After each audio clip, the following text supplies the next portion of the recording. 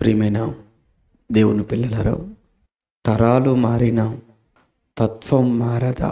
తరాలు మారుతున్న తత్వము మారదా అనే ఒక ప్రశ్నార్థకముతో కూడిన ఈ అంశంతో ఏర్పాటు చేసిన ఈ సభలో పాలిభాగస్తులవుతున్న దేవుని పిల్లైన మీ అందరికీ ముందుగా శుభములు పలుకుతూ, ప్రియులారా, తత్వము అంటే స్వభావము అని అర్థం. తత్వము అంటే స్వభావం. తరాలు మారుతున్నాయి కానీ స్వభావాలు మారడం లేదు. ఏ తరాన్ని చూసినా అవే స్వభావాలు. ఇప్పటికే ఈ భూమి మీద ఎన్నో తరాలు గతించాయి, ఎన్నో తరాలు వెళ్ళిపోయాయి. ఏ తరములో చూసినా వేళ్ళ మీద లెక్క పెట్టగలిగిన అతి కొద్ది మంది మాత్రమే దేవుని కొరకు బ్రతికిన వారుగాను, దేవుని యందు భయభక్తులు కలిగిన వారుగా కనబడతారు. కానీ అత్యధిక మంది, అనేక మంది పాప స్వభావంతోనే, పాపముతోనే వారి జీవితాలను అంతమొందించుకున్నట్లుగా చరిత్ర మనకు తెలియజేస్తుంది. భూమి మీద మొట్టమొదట ఆ మనిషికి చావు సహజంగా వచ్చింది కాదు. భూమి మీద మొదటి మరణం అది సహజ మరణంగా మనకు చరిత్ర చెప్పలేదు. బైబిల్ చరిత్ర ఒక హత్యగా బైబిల్లో మనం చదువుకుంటాం. ఇంతకు ఎవరు ఎవరిని హత్య చేశారు? సొంత అన్నే తమ్ముణ్ణి చంపాడు. సొంత అన్న తమ్ముణ్ణి చంపాడు. ఎందుకు చంపాడు? తమ్ముణ్ణి చంపవలసినంత ఆ నేరం, ఆ తప్పు ఆ తమ్ముడు ఏం చేశాడు? ఒక అన్న తమ్ముణ్ణి మందలించాలంటే ఏదో సరి అయినటువంటి కారణం ఉండాలి. దాడి చేయాలి అని అంటే అమ్మో ఎంతో పెద్ద తప్పు చేసిన వాడై ఉండాలి. చంపడం, అసలు చంపగలరా? లేదు. మరి అటువంటప్పుడు మొదటి భూమి మీద అన్న తమ్ములు, అందులో అన్న తమ్ముణ్ణి చంపడానికి వెనుక రీజన్, వెనుక కారణం ఏంటి అని చదువుతున్నప్పుడు చాలా ఆశ్చర్యం వేసింది. అక్కడ తమ్ముడు చేసిన తప్పు, అన్న కోసం మాట్లాడిన మాట ఏమీ లేదు. మరి ఎందుకు చంపాడు? ఆ తమ్ముడు మీద అసూయతో చంపేశాడు. తమ్ముడు మీద అసూయ ఏంటి? ఇంతకు ఇద్దరూ దేవునికి అర్పణ తీసుకెళ్లారు. అన్న ఆయన వ్యవసాయం చేసుకుంటున్నాడు కనుక తన పొలములో పండిన పంటలో కొంత దేవునికి ఇచ్చాడు. అలానే తమ్ముడు తను గొర్రెలు కాచుకుంటున్నాడు కనుక ఆ గొర్రెల్లో క్రొవ్విన వాటిలో ఈయన కూడా అన్నీ ఏమీ ఇవ్వలేదు, కొన్ని దేవునికి బలిగా ఇచ్చాడు, అర్పణగా ఇచ్చాడు. అతను కొంతే ఇచ్చాడు, ఇతడు కొన్నే ఇచ్చాడు. కానీ దేవుడు అన్న అర్పణను అంగీకరించలేదు, తమ్ముడి అర్పణను అంగీకరించాడు. అప్పుడు ఈ అన్నకు తమ్ముడి మీద కోపం, ఆ కోపం ద్వేషం, పగ చూసినప్పుడల్లా అసూయతో రగిలిపోతున్నాడు. అలా అని దేవుడు వారిచ్చిన అర్పణలు చూశాడా అంటే అర్పణలు కాదు, కానీ ఆయన చూసింది అర్పణ ఇచ్చేటప్పుడు, అర్పణ తెచ్చేటప్పుడు వారి మనసును చూశాడు, లేదా వారి విశ్వాసాన్ని చూశాడు.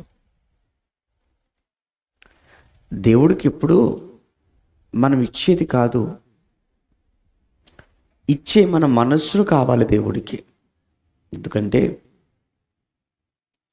అందరూ ఒకేలా దేవునికి ఇవ్వలేరు కదా. ఒకళ్ళు 10 ఇవ్వగలిగిన వాళ్ళు ఉంటారు, మరొకరు 100 ఇవ్వగలిగిన వారు ఉంటారు, మరొకరు 1000 ఇవ్వగలరు. అలానే 1000 ఇచ్చాడు కనుక దేవుడుకు ఇష్టం అని అనుకోకండి. ఆ 1000 ఇచ్చిన వాడు ఏ మనసుతో ఇస్తున్నాడు, 100 ఇచ్చేవాడు ఏ మనసుతో ఇస్తున్నాడు, అది చూస్తాడు ఆయన. ఒకప్పుడు యేసుక్రీస్తు ప్రభుల వారు దేవాలయం దగ్గర నిలబడినప్పుడు కానుక పెట్టెలో కానుక వేస్తున్న వాళ్ళందరూ వరుసలో వెళ్ళి మూటలతో వేస్తున్నారు. ఆఖరిలో ఒక బీద విధవరాలు తనకున్న 2 కాసులు తీసుకుని వెళ్ళి వేసేసింది. అప్పుడు ప్రభు శిష్యులతో అంటాడు, కానుక వేసిన వారందరిలో ఈవిడ చాలా ఎక్కువ వేసింది అనేసాడు. వాళ్ళకి అర్థం కాలేదు. యేసు ప్రభు సరిగ్గా చూడలేదేమో అనుకుంటున్నారు వాళ్ళు వేసింది కనపడలేదేమో అనుకుంటున్నారు. కాదు, వారు కలిగిన దాంట్లో నుంచి వేశారు. కానీ ఈవిడ తనకున్నదంతా ఇచ్చేసింది. దేవుడు ఎప్పుడు కూడా నువ్వు ఏ పరిస్థితుల్లో ఇస్తున్నావు,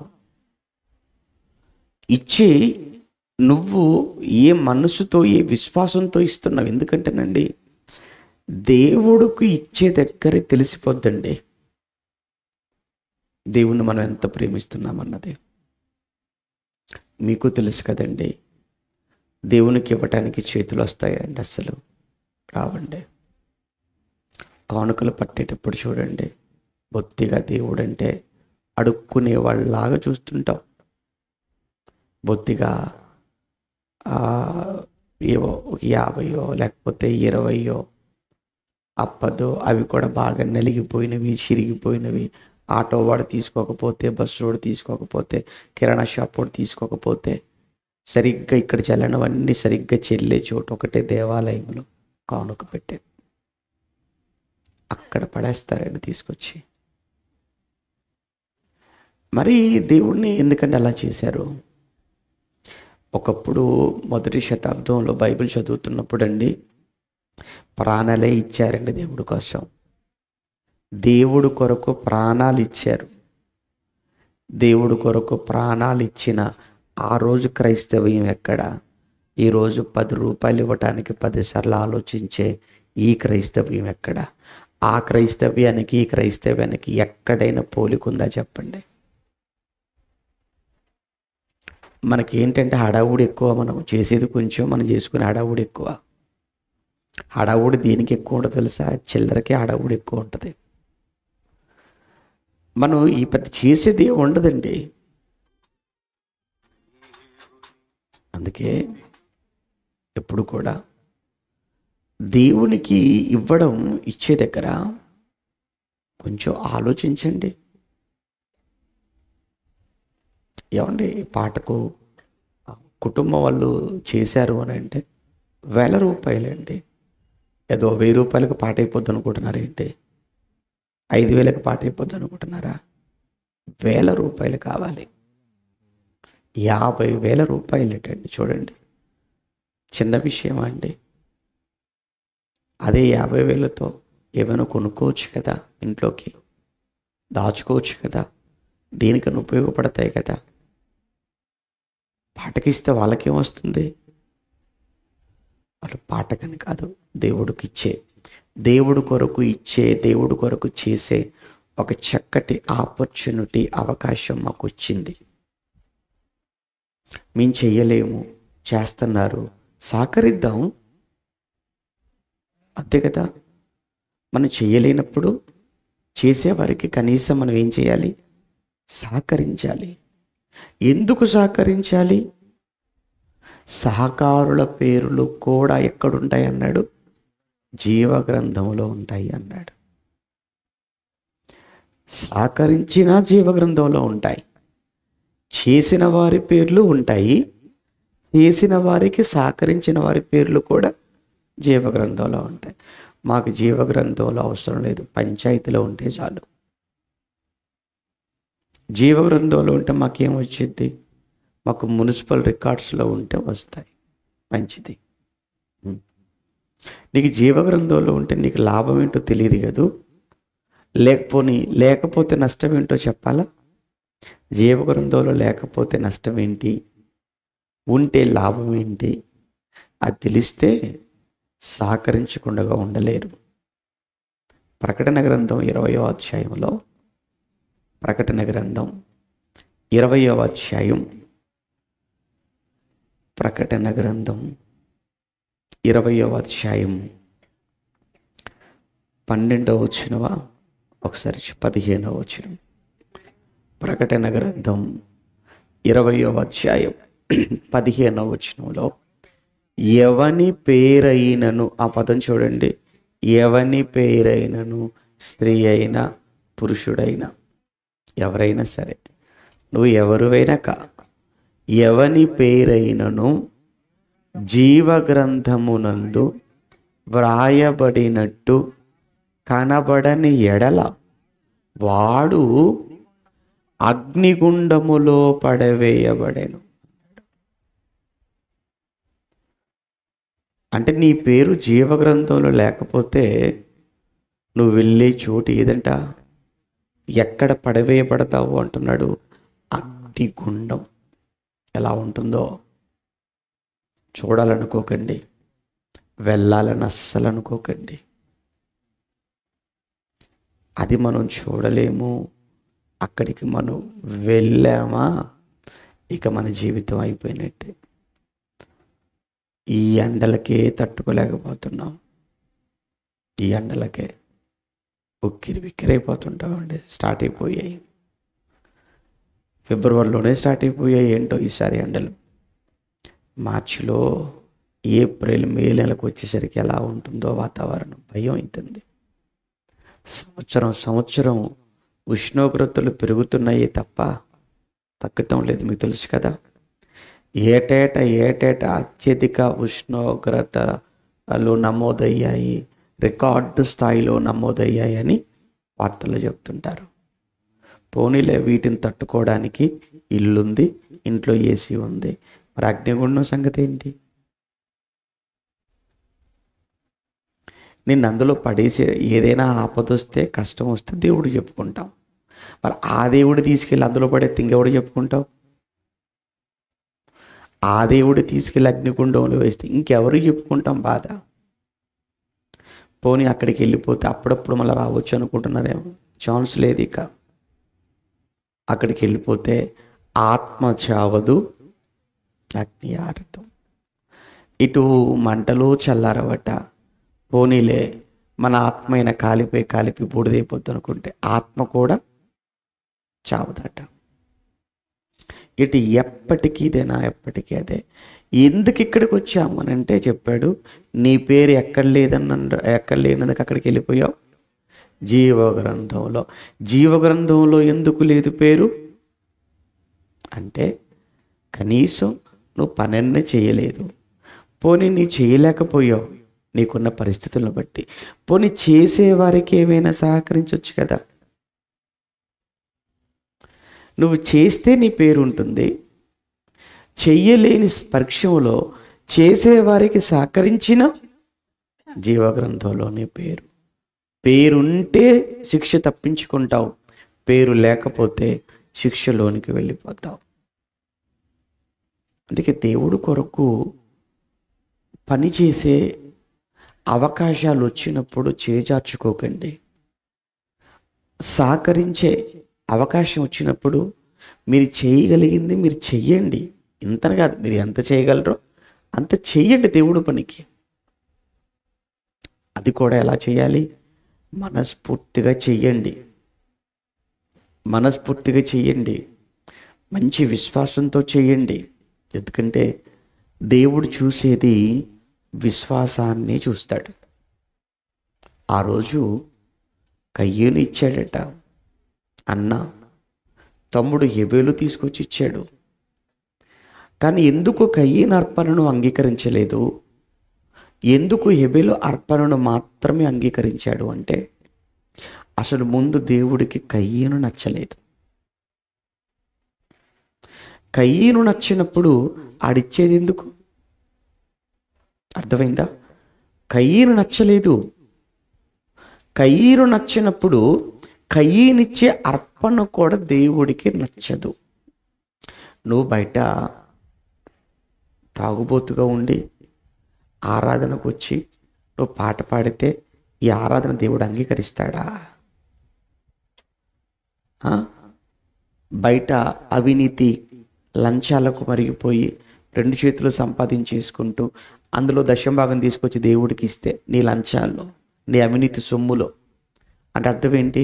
నేను అవినీతి చేశాను, లంచాలు తీసుకున్నాను, అందులో నీకు వాటిచ్చాను కదా దేవుడా. నీకు ఇచ్చిన దశంభాగం ఎక్కడదనుకుంటున్నావు? అక్కడ తీసుకుందే. నేను దోషినైతే నువ్వు కూడా దోషమైపోతావు కనుక నేను సైలెంట్గా తీసుకున్నా, నువ్వు కూడా సైలెంట్గా తీసుకో, అక్కడ నా పేరు రాయి నువ్వు అంటావా? అసలు దేవుడు నీ కానుక అంగీకరిస్తాడా?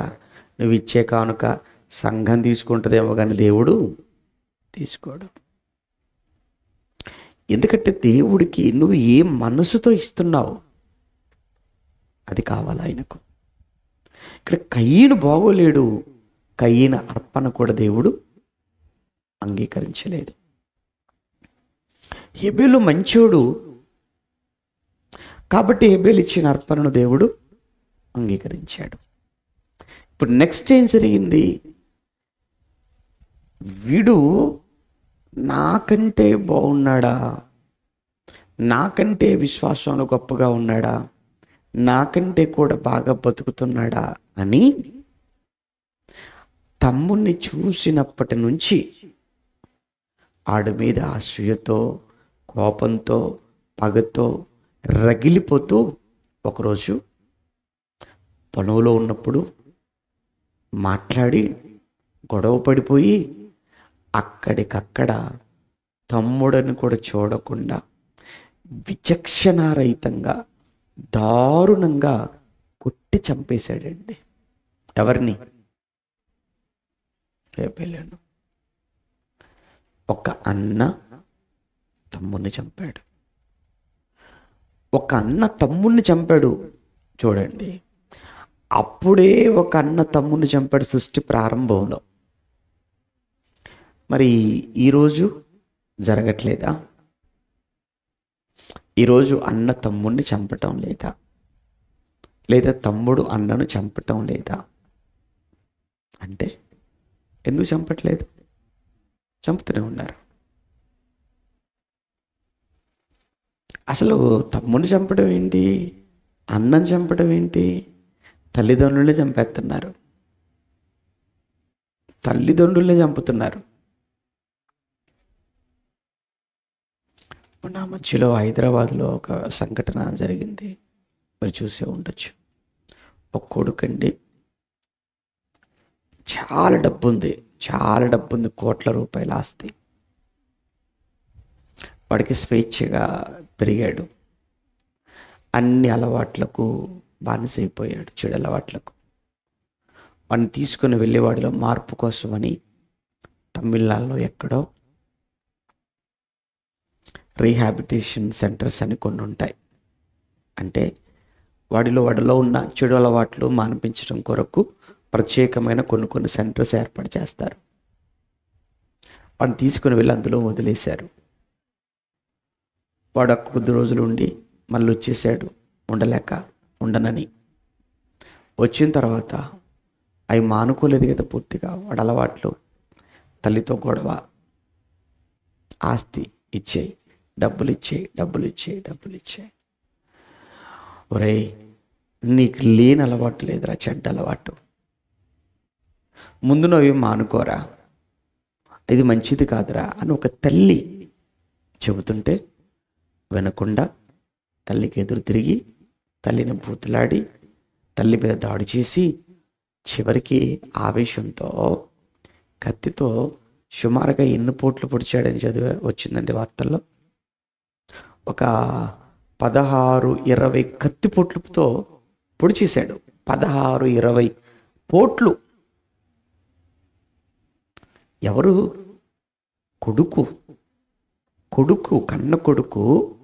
కన్న తల్లిని కత్తితో 20 పోట్లు పొడిచేశారంటే నాకు తెలిసి ఇక ఆ శరీరం అంతా కూడా తూట్లు అయిపోయింది.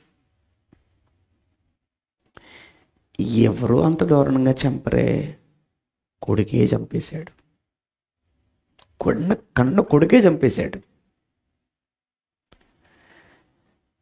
ఏ కాలంలో జరగలేదు చెప్పండి? ఏ కాలంలో జరగలేదు?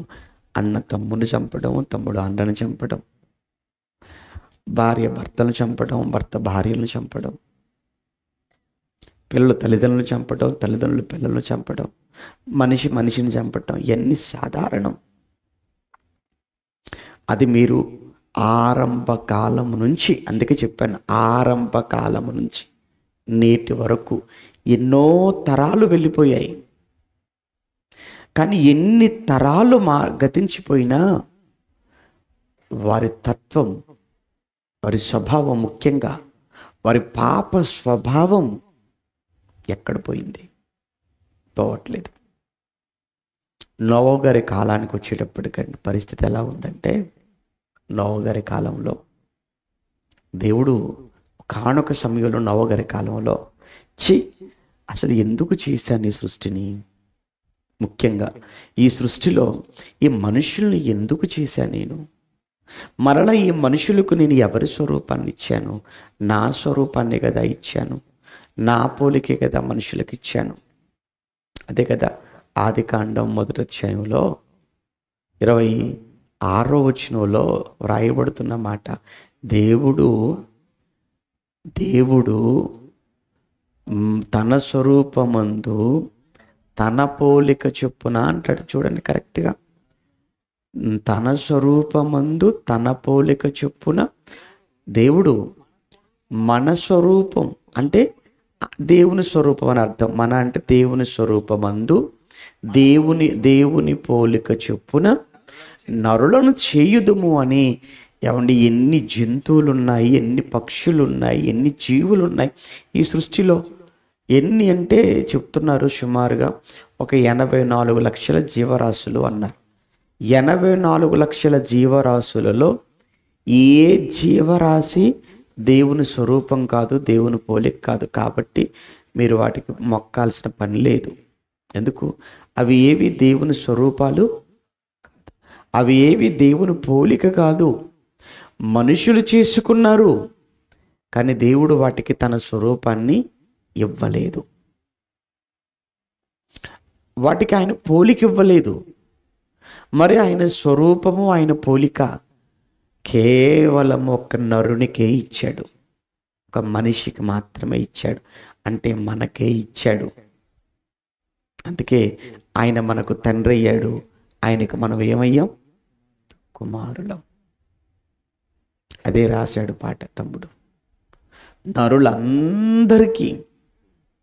నరులందరికీ ఆయన ఎలా నాన్న అవుతాడు? నాన్న అంటే పిలవడానికి ఒక బాగుందని ఉపయోగించిన పదం అంటది, అంతే కదండి. నాన్న అంటే తెలుగు భాషలో అఫెక్షన్ వేరు. ఇది ఏంటి డాడీ అని ఇంగ్లీష్ కల్చర్ వచ్చేసిన తర్వాత డాడీ కూడా అనట్లే, డాడ్ అంటున్నాడు. అది షార్ట్ కట్లో 4 అక్షరాలు కాస్త 3 అక్షరాలు అయిపోయాయి. DADDY మొత్తం 5 అక్షరాలు అయితే డాడీ అంటే. ఇప్పుడు 5 అక్షరాల దాన్ని ఏం చేశాడు? పలకడం కష్టంగా ఉందని 3 డాడ్, DAD అంతే. డాడ్ అంటున్నాడు తెలియట్లేదు, డాగ్ అంటున్నప్పుడు తెలియట్లేదు.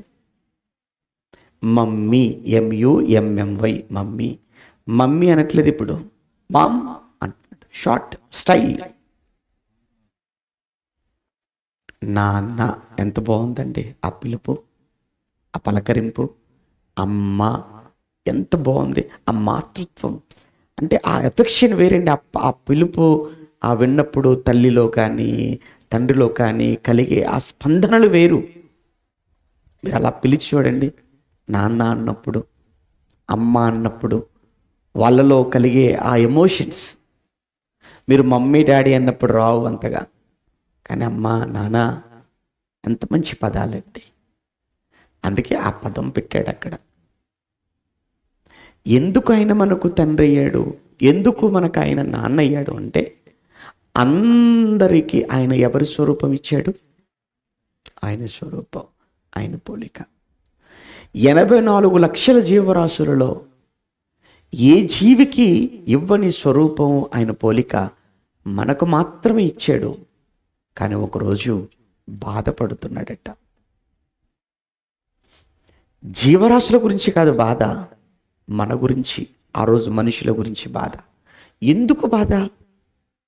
ఒకసారి ఆదికాండం 6వ అధ్యాయం, ఆదికాండం 6వ అధ్యాయము 6వ వచనాన్ని మనం చదువుతున్నప్పుడు, ఆదికాండం 6వ అధ్యాయం 6వ వచనంలో, తాను భూమి మీద నరులను చేసినందుకు యెహోవా సంతాపము నొంది తన హృదయములో నొచ్చుకొని. ఎప్పుడు చదివారండి ఈ మాట? ఆదికాండమే కదా, చదివే ఉంటారు. డిసెంబర్ 31 నైటు చాలా ఎమోషనల్గా మనం దేవుడికి చాలా వాగ్దానాలు ఇచ్చేస్తుంటాం, మారిపోతుంటాం అంతే. అనుకుంటాం తెలిసిన నిర్ణయాలు ఎలా ఉంటాయి.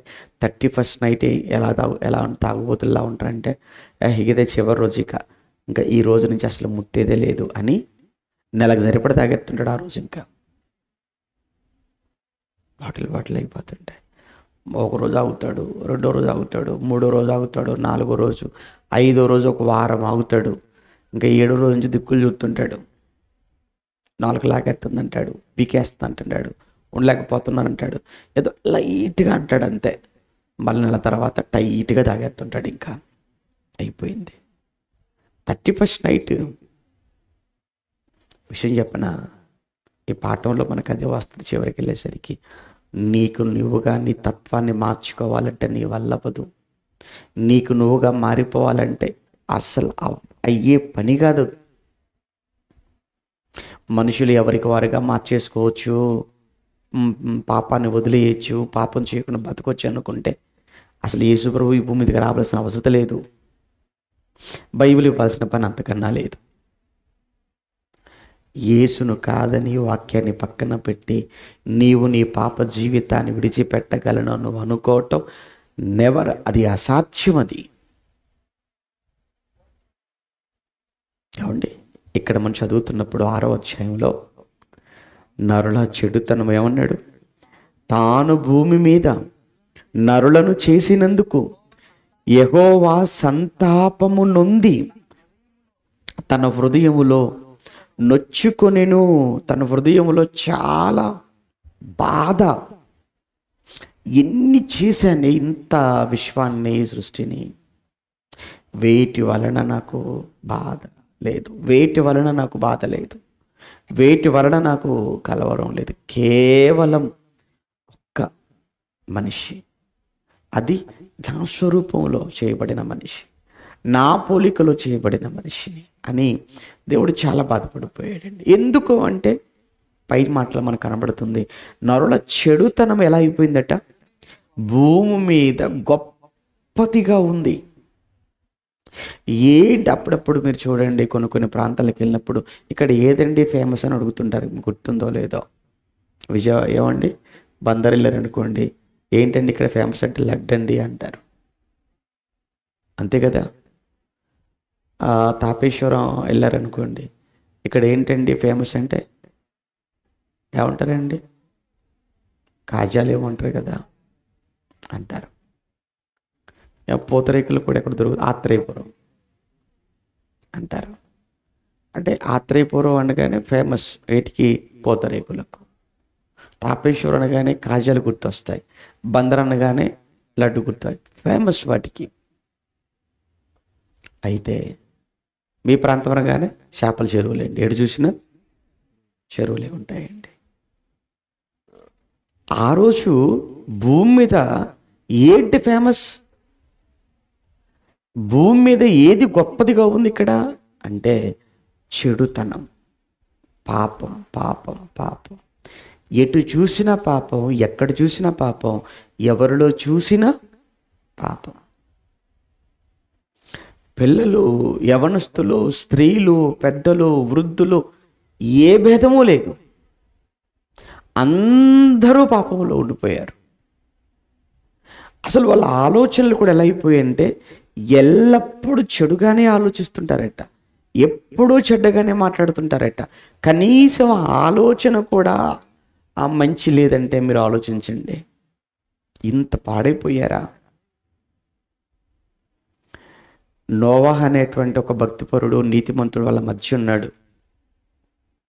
దేవుడు నోవాహుతో చెప్పాడు, నోవాహ్ ఎలాంటి వాడు అని అంటే ఆయన నీతిమంతుడు కనుక. నీతిమంతుడు ఎప్పుడు ఏం ఆలోచిస్తాడో తెలుసా? నేను మాత్రమే కాదు, నా చుట్టూ ఉన్న వారిని కూడా రక్షించుకోవాలి అనుకునేవాడు నీతిమంతుడు. మీకు లేదంటే ఆలోచన, మీరు నీతిమంతులు గారని రాసుకోండి. మీరు నీతిమంతులైతే నీతిమంతులకు ఉండవలసిన లక్షణం ఏంటంటే నేను మాత్రము, నా కుటుంబం మాత్రమే రక్షింపబడితే చాలు అనుకునేవాడు నీతిమంతుడు కాలేడు. నేను, నా కుటుంబమే కాదు, నా చుట్టూ ఉన్నవారు కూడా రక్షించబడాలి, నా నా నా ప్రాంతంలో ఉన్న వారందరినీ కాపాడుకోవాలి, నా తరములో ఉన్న వారందరినీ మార్చుకోవాలి అనే ఆలోచన కలిగిన వాడు మాత్రమే నీతిమంతుడు అవుతాడు.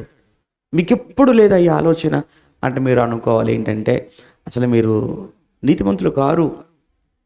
లేదండి నేను నీతిమంతున్నా. మరి అయితే నువ్వు నిజంగా చెప్పు, నువ్వు నీ ఇంట్లో ఉన్న వారిని మార్చుకోవడానికి కానీ, నీ చుట్టూ ఉన్న వారిని మార్చుకోవడానికి, మీ ప్రాంతంలో ఈ తరములో ఉన్న వారిని కాపాడుకోవటానికి, రక్షించడానికి నువ్వేం చేసావు చెప్పు? నువ్వు వారం వారం వెళ్ళొస్తున్నావు అంటే నీ కోసం వెళ్ళొస్తున్నావు, అంతే కదా. సభలకు వచ్చావంటే నీ కోసం వచ్చావు. కానీ నీ చుట్టూ ఉన్న ఎంతోమంది ఉన్నారే పాపాన్ని విడిచిపెట్టక, పాపములోనే బతుకుతూ, పాపములోనే మరణిస్తూ, పాతాళానికి వెళ్ళిపోతున్నా ఎందరినో మన కళ్ళతో చూస్తున్నాం. వాళ్ళ కోసం నీకేమనిపించదా? వాళ్ళని కాపాడాలని ఆలోచన రావడం లేదా? మరి వారిని కాపాడాలని ఆలోచన వస్తే వారి కోసం నీ ఆలోచనలు ఏంటి? కానీ నోవాహు మనలాంటి వాడు కాదు. ఆయన దేవుడు, అందుకే ఆయన నీతిమంతుడు అన్నాడు. నీతిమంతుడు అనే ఆ దేవుడిచ్చిన సాక్ష్యానికి కరెక్ట్గా ఆయన చేసిన పని ఏంటో తెలుసా? నా చుట్టూ ఉన్న ఈ తరాన్ని నేను కాపాడుకోవాలి, నేను, నా కుటుంబం మాత్రమే కాదు, ఈ తరమంతా రక్షించబడాలి అని దేవుడు తనకు చెప్పినప్పటి నుంచి ఆ ప్రమాదాన్ని, ఆ హెచ్చరికను చెబుతూనే ఉన్నాడు. చెప్పి చెప్పి చెప్పి ఏం చెప్పాడు?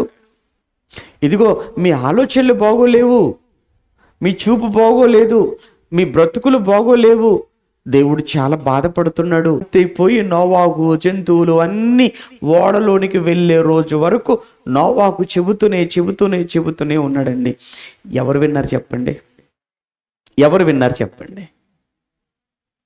చెవులతో విన్నారు, కానీ ఎవరైనా విధేయత చూపించారా?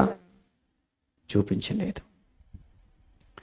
అంటే మనకి ఏమనిపించింది అంటే ఇప్పుడు కూడా మనం చెప్తున్నప్పుడు వినకపోతే, మారకపోతే మనకు బాధ అవుతుంటుంది. బాధపడవలసిన పని లేదు.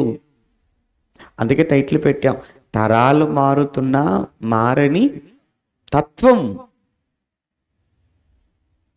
తరాలు మారిపోతుంటాయి అంతే, నేను మాత్రమున ఆపకూడదు. కానీ చివరికి జరిగినది ఏంటి మీకు తెలియంది ఏం కాదు. దేవుడు అన్నట్లుగా జలప్రళయం రానే వచ్చింది, అందరూ కొట్టుకొని వెళ్ళిపోయారు. ఇదొకటి. రెండు, ఆదికాండంలో మీరు 19వ అధ్యాయం చదువుతున్నప్పుడు అక్కడ సొదొమ గొమొర్రా ప్రజల గురించి మోషే గారు, గ్రంథకర్త, చాలా వివరంగా రాస్తాడు. అక్కడ లోతు అనే ఒక నీతిమంతుడు తన భార్య పిల్లలతో నివాసం ఉంటుంటాడు. అవి రెండు పట్టణాలు కూడా బాగా చెడిపోయిన పాడైపోయిన పట్టణాలు. ఆ రోజు రెండేమో, ఈరోజు అన్నీ పాడైపోయాయి.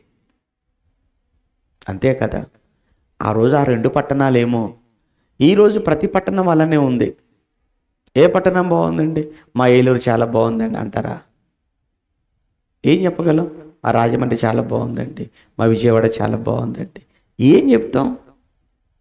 మోసాలు లేవా? హత్యలు లేవా? అత్యాచారాలు జరగటం లేదా? దోపిడీలు లేవా? దొంగతనాలు లేవా? అన్నీ ఉన్నాయి.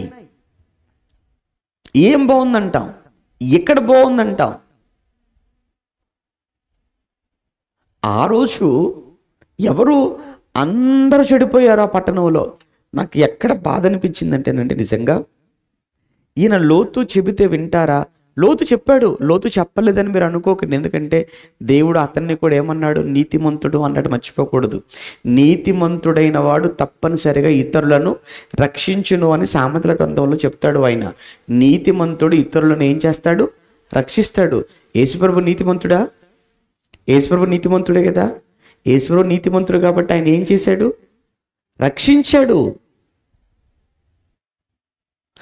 మనం ఒరిజినల్గా మనం నీతిమంతులం కాదు. యేసు తర్వాత మనం ఈరోజు మనం అంతా కూడా ఆయనను బట్టి మనం నీతిమంతులం అయ్యాం.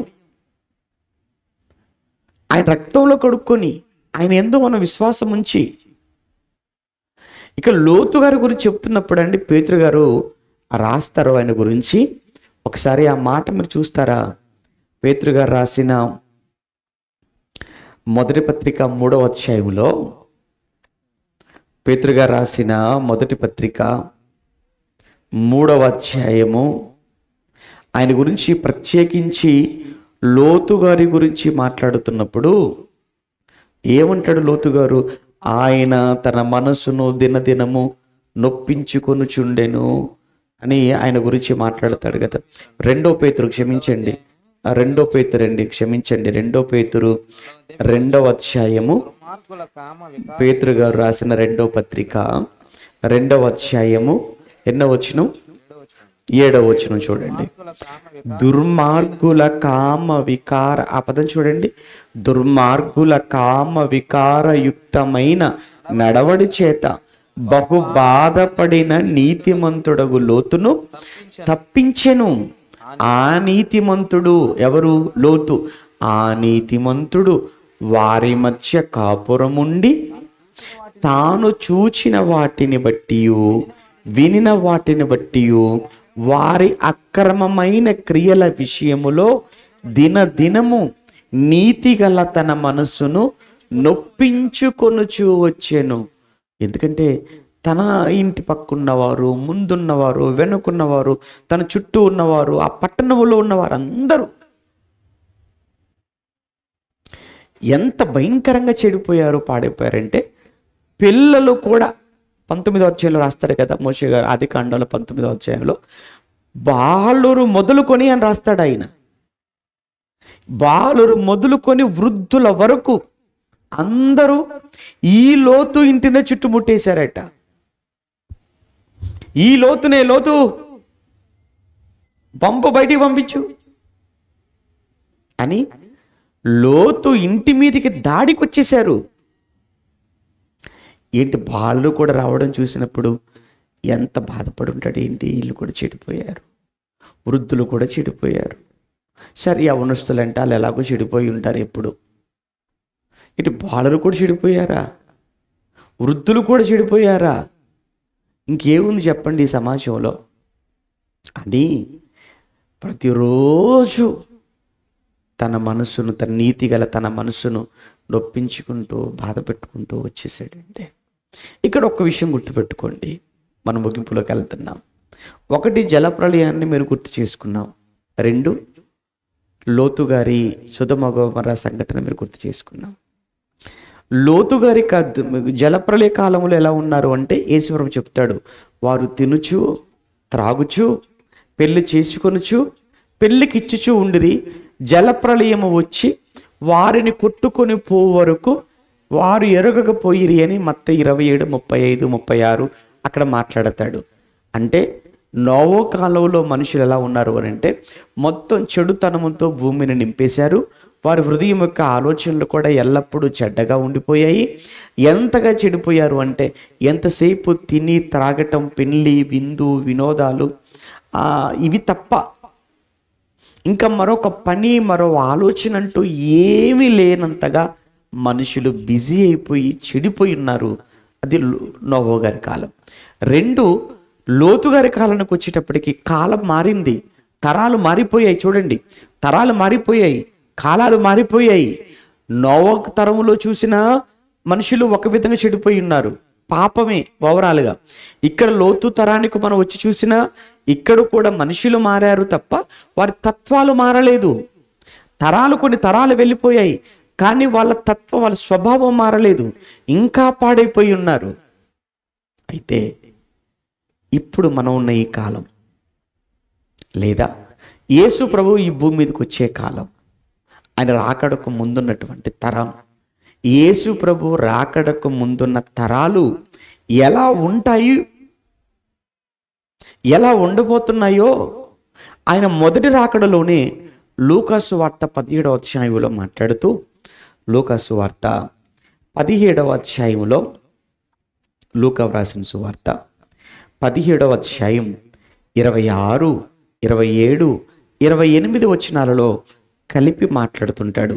లూకాసు వార్త 17వ అధ్యాయం 26, 27, 28 వచనాలు ఏమంటున్నాడు ఒకసారి చూద్దామా. నోవాహు దినములలో జరిగినట్టు మనిషి కుమారుని దినములలో జరుగును అన్నాడు. అయ్యా, అంటే ఇప్పుడు మనమంతా కూడా మనిషి కుమారుని దినాలలో ఉన్నాం, యేసు ప్రభు రాకడ దినాలలో ఉన్నాం. ఇప్పుడు ఏం జరుగుతుందని చెప్తున్నాడు యేసు ప్రభుల వారు? నోవాహు దినములలో జరిగిందే జరుగుతుంది అన్నాడు. నోవాహు దినాల్లో ఏం జరిగింది? నోవాహు గారు వాక్యం చెప్తాననగానే అందరు పనులన్నీ విడిచిపెట్టి వెళ్ళి నోవా గారి ముందు కూర్చొని, నోవా గారు చెప్పండి అన్నారా? నోవా గారు చెప్పింది విన్నారా? వినలేదు. మరి ఏం చేశారు? తిన్నారు, వినలేదు. తిండికిచ్చిన ప్రాధాన్యత వాక్యానికి ఇవ్వలేదు. తినడములో చూపిన ఆసక్తి వాక్యం వినడములో లేదు. ఏమంటే వాక్యం గంటండి మహా అయితే, కానీ కొంతమంది తిండి ప్రియులు ఉంటారు, భోజన ప్రియులు ఉంటారు. వాళ్ళని చూస్తుంటే వంటగదిలోకి వెళ్ళి కష్టపడుతుంటారు. ఏమండి యూట్యూబ్ ఆన్ చేసుకొని, టీవీలో ఆన్ చేసుకొని కొత్తది ట్రై చేస్తున్నామండి అనుకుంటూ వాళ్ళ డ్రెస్సు, వాళ్ళ చెమట, వాళ్ళ బాధ, ఏమండి వాళ్ళ చివరికి చూసేసరికి ఇంత అవసరమా? తిండి కోసం గంటలండి. హోటల్కి వెళ్తామా, ఎలాగానే ఒక బుక్ ఇస్తాడు, ఏమంటారండి దాన్ని, మెను. అది కూడా ఎంత ఉన్నదో తెలుసా? మీరు కొన్ని పెద్ద హోటల్లోకి వెళ్ళారు అనుకోండి, అది కూడా దగ్గరగానండి సైజులు పెరిగిపోతున్నాయి. ఎందుకంటే ఐటమ్స్ పెరిగిపోతున్నాయి. దాంతోపాటు మెను బుక్లెట్ సైజు కూడా ఏమైపోయింది, పెరిగిపోయింది. అది చూసుకోవటానికి, సెలక్షన్ చేసుకోవడానికి ఒక పావు గంట 20 నిమిషాలండి. అది చూసి మరలా వాడికి ఆర్డర్ పెట్టిన తర్వాత ఎంతసేపట్లో తెస్తారంటే కనీసం మినిమం ఒక 20 మినిట్స్ సార్ అంటాడు అంతే. ఈడు సెలెక్ట్ చేసుకోవడానికి ఒక పావు గంట, ఆడ తీసుకురావడానికి ఒక 20 అరగంట, తినడానికి ఒక అరగంట, గంట, మొత్తానికైతే ఒక గంట. అయినా ఎంత ఓపిక, అయినా ఎంత ఆసక్తి. మరి వాక్యం వినడానికి కొంతమంది దీంతోనే తినాలి, నేను ఆమ్లెట్ లేకపోతే నేను తిననండి అని ఇప్పుడు వంటగదిలోకి వెళ్ళాలి, గుడ్డు ఎక్కడుందో చూడాలి, దాన్ని పగలగొట్టాలి, గ్లాసులో పోసుకోవాలి, ఉప్పు వేయాలి, కారం వేయాలి, పసుపు వేయాలి, ఉల్లిపాయలు వేసుకోవాలి, ఏమంటే స్టవ్ ఆన్ చేసుకోవాలి, పెనం పెట్టేసుకోవాలి, నూనె వేసుకోవాలి, దాని మీద వేసుకోవాలి, తిప్పాలి, వేయాలి, గిన్నెలు వేసుకోవాలి. అమ్మ బాబోయ్, ఎవరో రాత్రి 12 అవుతుంది, ఏదో ఉన్నది కొడుకులు పడుకోవచ్చు కదా. నో, ఖచ్చితంగా దాంతో తినాల్సిందే. ఖచ్చితంగా నేను ఈరోజు ఈ బైబిల్ చదువుకోను, లేకపోతే ఈ ప్రసంగం వినే పడుకోవాలి. ఎవరికైనా ఉంటుందండి అసలు? ఎప్పటికైనా మీకు ఉందా? పోనీ చెప్పండి. అలా ఉందనుకోండి, యేసు చెప్పిన మాట అబద్ధమైపోద్ది. యేసుప్రభు ఏమన్నాడు? నోవాహు దినములలో జరిగినట్టు. వాక్యాన్ని నెరవేరుస్తున్నారు. నోవాహు దినములలో జరిగినట్టు మనిషి కుమారుని దినములలోనూ జరుగును అన్నాడు. 2 తర్వాత చూడండి 28లో లోతు దినములలో జరిగినట్టే జరుగును అన్నాడు. అమ్మయ్య, అప్పుడేమో వేరువేరుగా జరిగాయి. నోవాహు తరం వేరు, లోతు తరం వేరు. నోవాహు కాలం వేరు, లోతు కాలం వేరు. కానీ ఇప్పుడు యేసు ప్రభు కాలానికి వచ్చేటప్పటికి అంటున్నాడు, అప్పుడు వేరువేరుగా చూశారు, ఇప్పుడు కలిపి చూస్తారు అనేసాడు. అంతే. అప్పుడు వేరువేరుగా జరిగే సంఘటనలు ఇప్పుడు అన్నీ కలిపి జరుగుతాయి. అంటే ఇప్పుడు ఈ తరములో తినేవాడు తింటుంటాడు, తాగేవాడు తాగుతుంటాడు, పెళ్లి చేసుకునేవాడు చేసుకుంటుంటాడు, ఆ తర్వాత వెళ్ళేవాడు వెళ్ళిపోతుంటాడు, ఆ తర్వాత ఏమంటాడు వ్యభిచారం చేసేవాడు చేస్తుంటాడు, అత్యాచారం చేసేవాడు చేస్తుంటాడు. అన్ని మిక్స్ అన్నమాట. ఇప్పుడు అంటే ఇంత భయంకరంగా మారిపోబోతుంది అన్నమాట ఈ సమాజం, ఇంత భయంకరంగా ఉండబోతుందన్నమాట ఈ వ్యవస్థ అని ఎప్పుడు చెప్పాడు మహానుభావుడు? 2000 ఏళ్ల క్రితం చెప్పాడు. 2000 సంవత్సరాల క్రితం యేసు ప్రభుల వారు పలికిన మాట ఈ రోజు మన కళ్ళతో అక్షర సత్యంగా ఈరోజు చూస్తున్నాం. ఎవరు వింటారండి వాక్యానికి? ఎవరండి మనసిస్తారు? ఎవరండి చెవినిస్తారు? అందులో ఈ నెట్వర్క్ వచ్చేసిన తర్వాత, ఈ సోషల్ మీడియా ఒకటి వచ్చేసిన తర్వాత సుఖం పెరిగిపోయింది. మేము ఇంట్లో కూర్చొని లైవ్ ఆన్ చేసుకుని వింటామండి. మా ఇంటి పక్కన జరిగిన మేము వెళ్ళమండి. మళ్ళీ గొప్పగా మేము లైవ్ వింటున్నామండి అంటుంటారు. లైవ్ ఎప్పుడైనా లేని కాలు చేతులు పడిపోయినప్పుడు విను, బెడ్ మీద పడుకున్నప్పుడు విను, వద్దంటం లేదు. 100 కిలోమీటర్లు రాలేని పరిస్థితి విను. ఈ వీధిలో మీటింగ్ జరుగుతుంటే పక్క వీధిలో లైవ్ పెట్టుకుంటావా? ఏమండి ఏమన్నా ఇంటి ముందు మీటింగ్ జరుగుతుంది, ఇంటి వెనకాల లైవ్ చూస్తావా? ఏమనాలి చెప్పండి ఎలాంటి వాళ్ళను? నోవో కాలం, అదే తరం తరాలే మారే తప్ప ఎక్కడ కూడా మనుషుల తత్వాలు మారలేదు. మారాలి అంటే ముందు వాళ్ళ మనస్సు లేదా వాళ్ళ హృదయం మారాలి. ఎందుకంటే అదే కదా అన్నిటికీ కేంద్రం, అదే కదా అన్నిటికీ హబ్బు, కేంద్ర స్థానం. అదే ఇర్మియా గ్రంథంలో చెప్తాడు, హృదయము అన్నిటికంటే మోసకరమైనది, అది ఘోరమైన వ్యాధి కలిగింది, దాన్ని గ్రహించగలిగిన వాడు ఎవడు? ఆ హృదయం ఎంత పాడైపోయిందో, ఎంత చెడిపోయిందో అన్న విషయాన్ని యేసు ప్రభువుల వారు ఆల్రెడీ చెప్పాడు. మార్కు సువార్త 7వ అధ్యాయమా ఒకసారి హృదయములో ఉండే ఇవన్నీ వస్తాయని పెద్ద లిస్ట్ ఇచ్చాడండి ఆయన. సుమారు ఒక 13-14 ఉంటాయి ఇక్కడ. మీరు మార్కు సువార్త 7వ అధ్యాయములో మీరు ఎక్కడి నుంచి 20 నుంచి మీరు చదువుతున్నప్పుడు 20 నుంచి మనుషులు లోపల నుండి బయలు వెళ్ళి ఉన్నది మనుషుని అపవిత్రపరచును. లోపల నుండి అంటే మనుషుల హృదయములో నుండి. హృదయం అన్నిటికంటే మోసకరమైనది ఎందుకన్నాడు అక్కడ ఇర్మియా గారు? ఎందుకన్నాడు ఇప్పుడు మీకు అర్థమవుతుంది. హృదయములో నుండే దురాలోచనలు, జారత్వములు, దొంగతనములు, నరహత్యలు, వ్యభిచారములు, లోభములు, చెడుతనములు, కృత్రిమమును, కామ వికారమును, మత్సరం, దేవదూషణ, అహంభావం, అవివేకం, ఇవన్నీ వచ్చు. ఈ చెడ్డవన్నీ ఎక్కడి నుంచి వస్తున్నాయి? లోపలంటే దేని లోపల నుంచి? హృదయంలో నుంచి వస్తున్నాయి. అంటే ఇవన్నీ హృదయం నుంచి వస్తున్నాయి అన్నప్పుడు ఆ హృదయం పాడైపోయింది, ఆ హృదయం చెడిపోయింది. అలా పాడైపోయినటువంటి ఆ హృదయాలు ఎప్పటి నుంచి ఏమంటే ప్రారంభం నుంచి, సృష్టి ప్రారంభం నుంచి చూస్తూనే ఉన్నాం. కయ్యిన దగ్గర నుంచి చూస్తూనే ఉన్నాం. అన్ని పాడైపోయాయి, చెడిపోయాయి. వాటిని బాగు చేయటానికి దేవుడు వాక్యాన్ని ఇచ్చి ప్రవక్తలను పంపాడు. వాక్కునిచ్చి తన మాటలిచ్చి ప్రవక్తలను పంపాడు. ఏ ప్రవక్త మాట విన్నారో ఆ రోజు, ఏ ప్రవక్త మాట వినక చెబుతున్న ప్రతి ప్రవక్త మీద తిరగబడ్డారు, రాళ్ళు ఎత్తారు, రాళ్ళు విసిరారు, వాళ్ళ రక్తాన్ని కళ్ళు చూశారు, చంపారు, ఆనందపడ్డారు. ఆ రోజు చివరికి తన కుమారుడైన యేసుక్రీస్తును కూడా ఈ లోకానికి పంపాడు. ఏం చేశారు? చంపేశారు. అయినా క్షమించి మీరు ఎవరిని చంపారో ఆయన ద్వారానే మరలా మీకు క్షమాభిక్ష పెడుతున్నాను, మీకు రక్షణను ప్రసాదిస్తాను. ఒక్కసారి మీరు ఆయన వైపు చూడండి, ఆయన దగ్గరికి రండి. మీ జీవితాన్ని, మీ పాప జీవితాన్ని మీరు విడిచిపెట్టి మీరు ఒప్పుకోండి. మీకు నూతన హృదయాన్ని ఇస్తాను, నూతన మనసునిస్తాను, మీ హృదయాన్ని శుద్ధి చేస్తాను, బాగు చేస్తాను అని హృదయం అనే తలుపు దగ్గర నిలుచుండి తలుపు తడుతున్నాడు. తలుపు తెరిస్తే లోపలికి రావడానికి సిద్ధంగా ఉన్నాడు. ఆయన లోపలికి వస్తే అప్పటి వరకు నీ తత్వం మారదు. ఆయన వస్తే తప్ప నీ స్వభావం మారదు. ఎవరి స్వభావమైనా ఎవరి తత్వమైనా మారాలి అని అంటే యేసు హృదయంలోనికి రావాలి. ఆయన వస్తేనే మార్పు సాధ్యం. నిజంగా పౌలు గురించి చదువుతున్నప్పుడు అండి, ఆయన మారతాడని ఎవరు అనుకోలేదండి. పౌలు మారతాడని ఎవరైనా అనుకున్నారా? పాప మారొస్తే కూడా మారాను అని చెబితే కూడా నమ్మలేకపోతున్నారండి. చుట్టూ అపోస్తులు ఎవరు దగ్గర తీసుకోవడానికి కూడా భయపడిపోయారు. బర్నబా గారే ధైర్యం చేసి వెళ్ళి లేదండి మారిపోయాడండి అని ఒప్పించాడు. భయపడిపోయారు.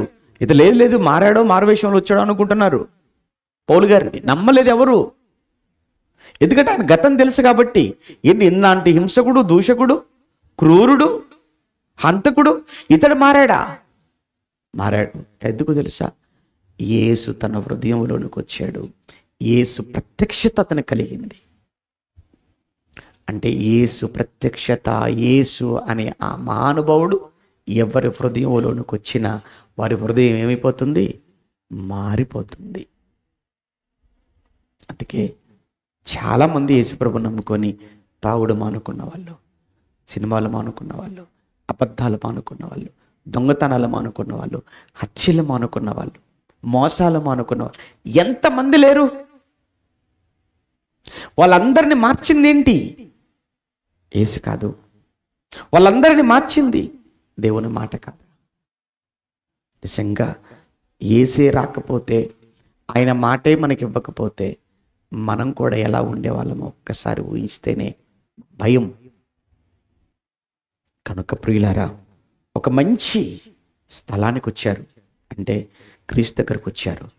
ఇక క్రీస్తు దగ్గరకు వచ్చినటువంటి మనం ఇంకా భయంకరమైన శిక్షలోనికి మనం వెళ్ళడానికి లేదు. ఎందుకంటే క్రీస్తు యేసు నందున్న వారికి ఏ శిక్షా విధి లేదు. అగ్నిగుండాన్ని తప్పించేసుకుంటున్నాం మనం. ఆయన దగ్గరికి నువ్వు రావడం, నీ పేరు అందులో నమోదు చేసుకోవటం. ఆయన దగ్గరకు వచ్చిన నువ్వు మళ్ళా నీ హృదయంలో ఇవి కనబడకూడదు. నీ హృదయం నిండా వాక్యం నింపుకో, నీ హృదయం నిండా ప్రేమ నింపుకో, నీ హృదయం నిండా జాలి నింపుకో, కనికరం నింపుకో, ధైర్యం నింపుకో, సాత్వికాన్ని నింపుకో. అవన్నీ వెళ్ళిపోవాలి. ఇవన్నీ నీ లోపలికి రావాలి. సాధ్యమా? సాధ్యం. ఎప్పుడు? యేసును నిజంగా నీ హృదయపూర్వకంగా ఆయన నీ లోపలికి ఆహ్వానించినప్పుడు, వాక్యాన్ని నిజంగా నీ గుండెల్లో పెట్టుకున్నప్పుడు మాత్రమే సాధ్యం. ఏదో అవసరాల కోసమో ఎవరి కోసమో నువ్వు ప్రభు దగ్గరికి వస్తే నీ స్వభావం మారదు. లోకాన్ని ఆశించి వచ్చిన వాడు స్వభావం మారదు. పేరు కోసం, గొప్పల కోసం ప్రభు దగ్గరికి వచ్చిన వాడు ఎప్పటికీ అలానే ఉంటాడు తప్ప వాడు స్వభావం అప్పుడప్పుడు ఆయన అలా చేశాడు, ఇలా చేశాడు, అలా చేశాడని అంటే వాళ్ళెవ్వరూ కూడా నిజంగా ప్రభువును ప్రభువుగా తెలుసుకున్నవారు కారు. వారి గతాన్ని నిజంగా దేవుడి ఎదుట ఒప్పుకొని మారిన వారు కారు. ఏదో ఆశించి వచ్చారు, అందుకే ఇంకా వాళ్ళ జీవితాలు ఇంకా మారలేదు. కనీసం ఇప్పుడైనా ఆలోచించండి. మీ జీవితాలలో ప్రభువుకు చోటిచ్చి వాక్యాన్ని మీ గుండెల్లో నింపుకొని మీరు ఆయన ఎదుట మీ పాపాలు ఒప్పుకుంటే ఖచ్చితంగా మీ స్వభావం, మీ తత్వం కూడా మారుతుంది. మారినటువంటి ఆ స్వభావం మిమ్మల్ని ఆ మహాలోకానికి నడిపిస్తుంది. ప్రార్థన చేసుకుందాం. ప్రేమగల తండ్రి, పరిశుద్ధుడా, ఇప్పటి వరకు మీ పిల్లలతో పంచుకున్న మీ మాటల్లో ఉన్న సారం, తరాలు మారుతున్నాయి తప్ప మనుషుల తత్వాలు మారటం లేదు అని. నిజమే. ఇంకా అంతకంతకు క్రూరత్వంతో ఈ సమాజం నిండుకుంటుంది నాయన.